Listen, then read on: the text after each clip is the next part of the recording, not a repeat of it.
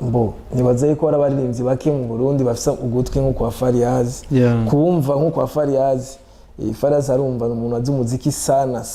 bana bisanzwe umuntu azi muziki kwa yibayemo kuva kera. Yes, reggae music make we sound it ba ba ba ba ba ba ba ba ba kabati kipaji sio bahati hapa juu kama mabati tusishikane mashati kwani juu sio katikati na njiwa kama ni ya kwako usiitinge kwa manati siwezi kuongea mengi kama aliongeza msumati give me one unit ni kuperada kwa hii beat ikiwa wewe matawi mimi ndo kitumba cha mtu kiniona piga saluti na ukibeba luti na kuvaa na kuvua na kuchafua na kufua ya usilitishe na mvua mimi nitakuchoma na jua we fumba fumbua yeah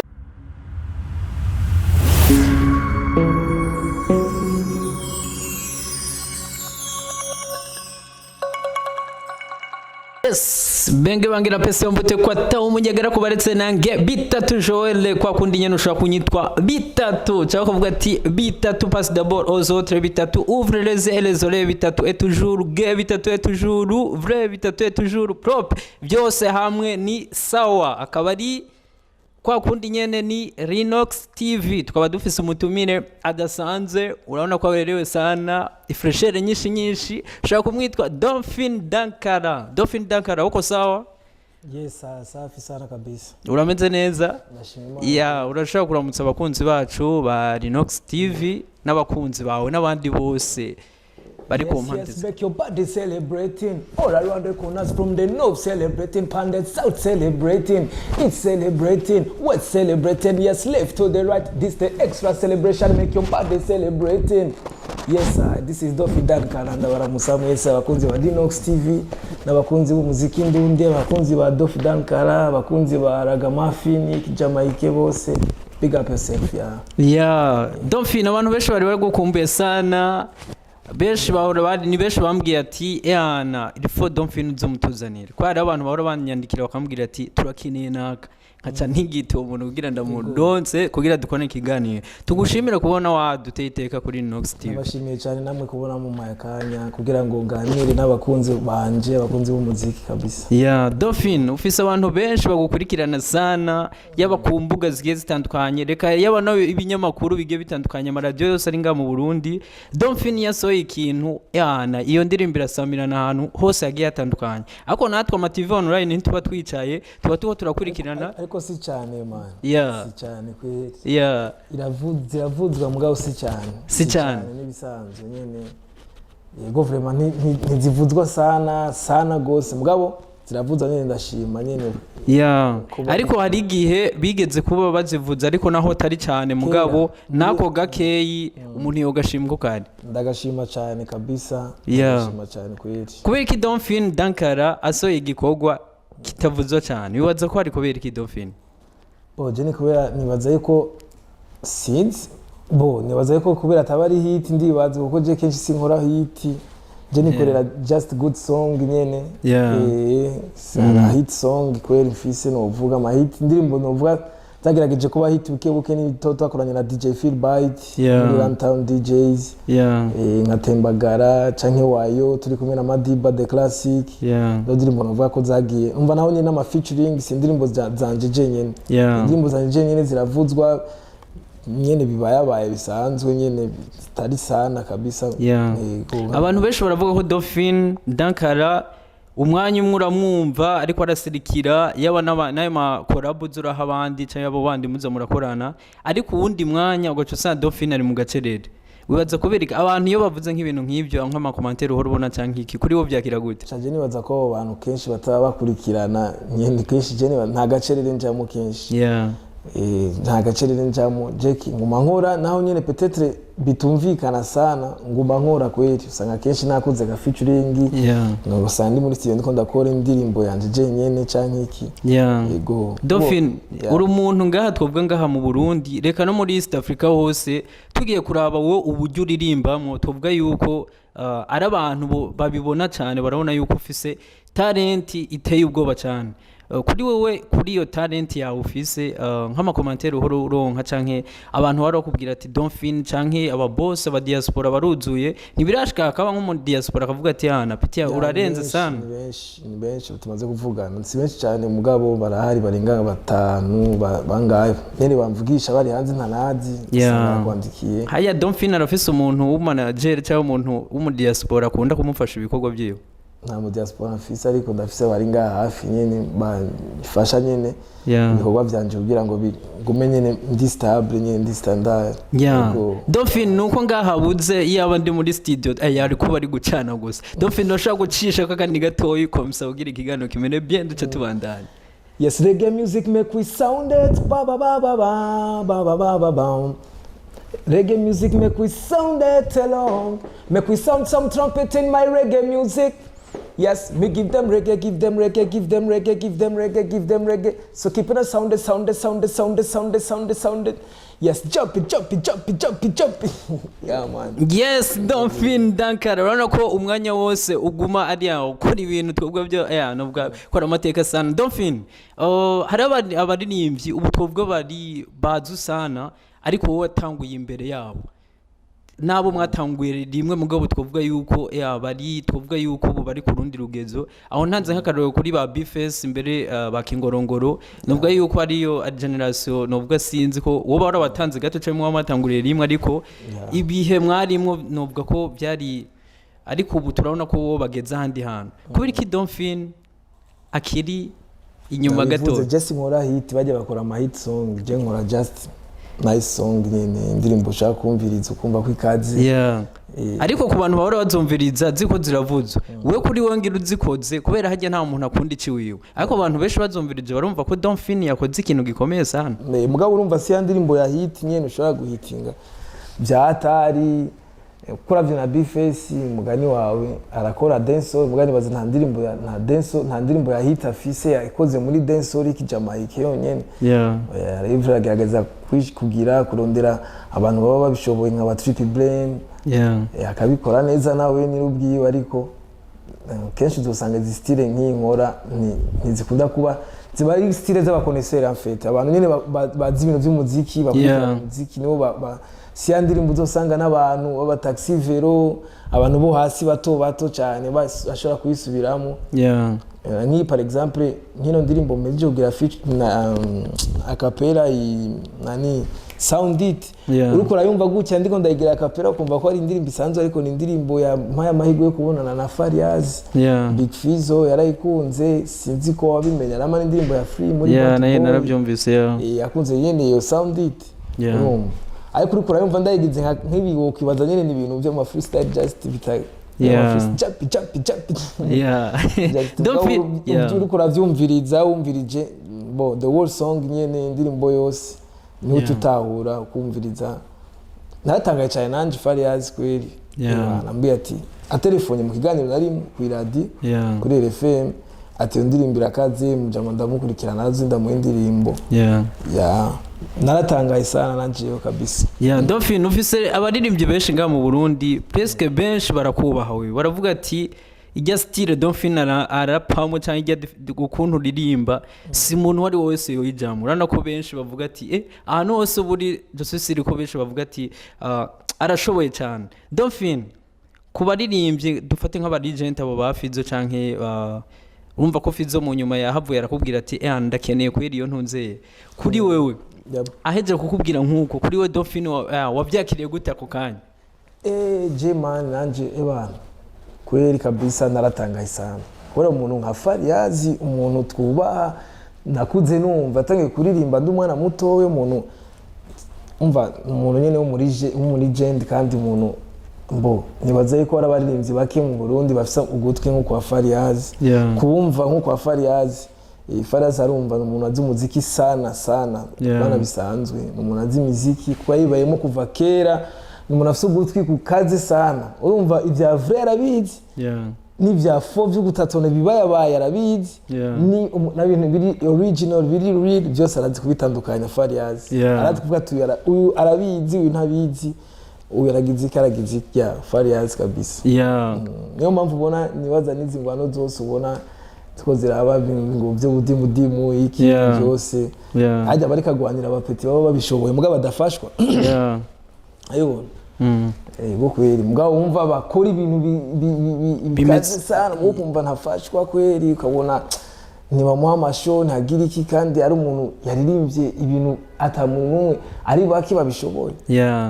Dauphin kuri wewe hariho tuvuga ko hari ibiteramo maze kujamwa muga hariho n'ibindi byinshi Dauphin Dankala tudakunda kumwumvamo kandi uri umuririmbyi tuvuga ushoboye ngaha mu Burundi kandi ukaze ngaha mu Burundi akura ama event ahora aba kuri Dauphin ntiwamushiremo kuri wewe uhora ubiha nka image ubonye amanuze menshi Dauphin badashobora kumuhamagaza bajesi sinoshavura kuko umuntu wese afise ngina babona ibintu ngina bashaka peut-être umuorganisateur abafise abakeneye gukoresha abafise target dimwe abafise target avuga ati nje nkoresheje uyu n'uyu niho noshika kuvyo nshaka target zanje je rero sivyo sinogira ngo iki niki gusa ndagiranye n'amashuri rimwe nara participer muri Oktoberfest iheze mwaka uheze ego kweri kabisa kandi wariryoheye sana niweze ko waryohewe sana yari show ya bien sana kabisa mu bibaza mi prokweri niyo yari umu MC yari show ya bien sana Dauphin abaririmbyi mu rusangi dufatire mu rusangi duce tugaruka kuri we gatoyi ni benshi usanga baririmba mugabo bagahindura style nkuko twumva Fizo ashobora kuririmba mu style yose canke urana na Bifese yahora rimba rap sana mugabo yaragiye no muri R&B hose arajaye kuri Dauphin hazogera igahindure canke hazoguma kuri muze R&B man dafise imiziki maze gukora R&B yari ndimbo itwa aragutashira kuri YouTube gusa I am original nkumu en fait tuko turafasha abantu bakunda gukurikirana benshi bazi ko Dankala aririmba ntuzeraga gusa aririmba umudiho w'intuze muga wowe nawe midiho yose tuzi kuyishoboye kugira barakuravye dufate bashobora kuba bakora kurikirana ikiganiro mugabo bashobora kuba bavuga ati Dauphin Dankala izina bararize muga Dauphin Dankala umva ku radio hajya ntibakunda kubona umuntu mugabo ya TV online uwifitiye agatelefone yijyamera avuga ati uyu niwe Dauphin Dankala ni kugira tubatahuza bako baraturaba ego good Dauphin Dankala style zose hari zamaze gusora zama R&B zama hip hop ya unatunza panya na mende kwenye kabati kipaji sio bahati hapa juu kama mabati tusishikane mashati kwani juu sio katikati na njiwa kama ni ya kwako usiitinge kwa manati siwezi kuongea mengi kama aliongeza msumati give me one unit ni kuperada kwa hii beat ikiwa wewe matawi mindo kitumba cha mtu kiniona piga saluti na ukibeba luti na kuvaa na kuvua na kuchafua na kufua ya usilitishe na mvua mimi nitakuchoma na jua we fumbua Dauphin Dankala Chisha kwenye ni mastile yose kabisa mbona afete kuba originale uraba original nyene mu kintu kimwe nyene ubona yuko jekera naririmba R&B imbere nkitangura muziki naririmba R&B mbwa musi naririmbye raga ewana nari kumwe n'umuntu bitwa Fabrice Birori muri studio yacansa barambwira ati banda gusavye iyi style ntuzuyebe bandanye ukora nyene iraga ari buzo turacisha ko mugabo raga you are original ahubwo twogira ko tusaba n'abantu bakora kurikirana ikiganiro ku bantu dufate baba diaspora canke abantu twovuga yuko bazi Dauphin Dankala bashobora kugerageza bakakurondera kubera dususira ama nimero barayafise warigeze kuzitanga benshi nibaza aho bazifise kugira ku radio nigeze byumva ari radio aho hari no umuntu yigeze gutelefona nambo ari mu diaspora avuga ati no mutipe amipromeo no mwari kwara gukora ikiganiro urabona kujya umuntu yakoze ikintu ciza ni nkuko ababaraba ngaho ashobora kuvuga ati uwo mutipe ndamukeneye sana kwa ni benshi baba baraba ibiganiro kuri we ikintu wosaba nk'abo bantu obasaba iki Dauphin no gufasha nyene bafashe man bafashe uko baririmbyi turakenera gufasha sana kenshi abaririmbyi bari tarantiwe kenshi usanga ewana no mu buzima busanzwe atakintu kinini yaba bishoboje yego kabisa nka jewe kubwanje kwenda kineye gufasha kweri ushoboye kufasha ni bon kabisa you are welcome tutwike kabisa nanje bikorwa biri muri studio ni byinshi ko biraza ama featuring duhagarare ku ndirimbo uheruka gukora wafashije ni ujya mu store hari indirimbo uhora gukora ya ijya ndirimbo twarabonye na Kavuri kurayiraba warabona ko ari indirimbo ihabura ukuntu ifoto kurayiraba tuvuga ati Dauphin Dankala ni kava kwera ibi bintu Dauphin Dankala azanye n'ibiki ijya poster yarabugije abantu benshi bagije ibintu byinshi ariko nakazi nyene tu ijya ni foto kuri wowe ijya foto yarivuze ku bantu babibonye nabi ajya na maposteri y'ikiragamani nyene posteri y'ikiragamani bari bizarre nyene ukuntu urumva ba jamaica hama nibaze indirimbo yarasohotse mugabo amashusho gusa ntitwayirandira ko kuko nyene yarahari nibaze yuko tuzomurondera nawe tugere ivyo tumubaza ku ivyo dufatire rero mu rusangi Dauphin Dankala umuziki ngaha mu Burundi kuri wewe. By the way na featuring hariyo ni giri sohoke twagiranye na Spox na Driver itwa ntibishoboka ya Spox niyo nyene itanguye album yo Spox agira solo album indirimbo izotangura na Driver nyene turi batatu tuyitege vuba muyitege vuba kabisa nibaza abakunzi ko babyumvise vuba bazoca batangura gusirikira mu YouTube barabe ko atagishaje azobibabwira Spox aba muri hafi azobibabwira ubu yatamwidisha no guposta ama coming soon Dauphin turabona hari ugwaruka ruko rakora hariho ibyagiye bira ku mbuga nibaza ko rubibona byinshi byagiye birasirikira dufatire kuri Fizo nkuko bamuvuze ndamucishe ko gatoyi kuvuga ijambo ngo umudimu tubigaruke gato kubera biko birasirikira kuri wowe bijya warabonye ama commentaire yagiye araba kuri Pole na Fizo kuri wewe nka wewe nk'umuririmbyi kijya gicapo wacakiriye gute canke wagihaye ishushiye duhereye kuri Fizo kwanza en fait jewe ndumuntu nakunda ibintu by'amatati kabisa sinkunda ibintu by'amatati mugabo ndabirabisha nyine amaso nkabihezagiza ingohe sinzi yo biva sinzi yo bija kweri ntavyo nzi naje ndabibona kuri Facebook kujya mubibona namwebwe mwese noshima kutagica ndabivuze ko kinini kweri ariko Fizo aravuga yuko Fizo kenshi bari ko aravugira abapeti bakiri bato nico justement ico kiraboneka kuko Fariaz ni umuntu akunda Lovretana kabisa akunda umuntu ari man kandi rero talent Lovretana bujya kuyumva ni mwibaze ngo nibi bisanzwe si wari wowe wese ushobora kuvyumva benshi bararirimba benshi amahiti wanashima indirimbo zigatembera mugabo ugiye kuraba kumviriza real kabisa mu mategeko ya music urumva mu mategeko ya studio mu bisanzwe studio rakina maîtrise urumva studio ari umuntu ashobora kuzagira ibintu muri studio akaririmba ibintu bisanzwe mukumva birakuryohe ajya rero studio sinzi ni birebire ajya Lovretana iragoye kumva bisaba ugutwi kuko benshi baririmba ukumva yagize ibintu bisanzwe mugabo byatotse gaciba hit biragoye sana man biragoye kabisa ariko noshima ni sawa kweli gufasha umuntu c'est bon twese dushaka ubufasha of course Dauphin baravuga yuko kuva aho uburi yo muvyeyi ko mu nyuma hari ikibazo cyaciye kiba ariho twavuga yuko umuziki waciye upunguka gatoyi bivanye no gukora kandi tunagira naho haciye igihe mugabo benshi barabivuze baravuga ati Dauphin n'umuririmbyi wacu mfo ko tugerageza turaba ukuntu nawe yenye yogira kuri Dauphin ku baririmbyi bagenzi biwe urabona yuko urukundo buruhari mu gufashanya urukundo rurahari urukundo rurahari sinka kera harimo amabifu menshi amabifu mbega ni iki kabana mugani wa Mr Champagne barizara kweri bana ubusinza bamenya basi kubifatafata n'ikigucanishamwe n'abantu kandi no kugaburiye nace bavuga gute mu Kirundi ngo kugaburiye ngo nakagirene ngo nakatumuhemuka nakatumuhemuka kandi nawe umenye nyine kwifatafata kenshi ibintu nyine mugani wa Champagne ibintu byo gupinga music man nta mutima mu bisaba music kabida ni ikintu nyene gisaba umutima mwiza ni nka game tuvuga ari nko gucangamsha game kugira abaguma bakurikirana haba amajambo menshi agiye atandukanye nuko bifata umba ntibari vya vrai bari gucangamsha gusa rezo okay sawa atari vya vraho ni sawa n'amarame agitari mu mitima nk'inzigo nyene nk'umutima mubi je nibaza benshi ko batabikora nk'inzigo ariko kugira gusa bumvikane tu kugira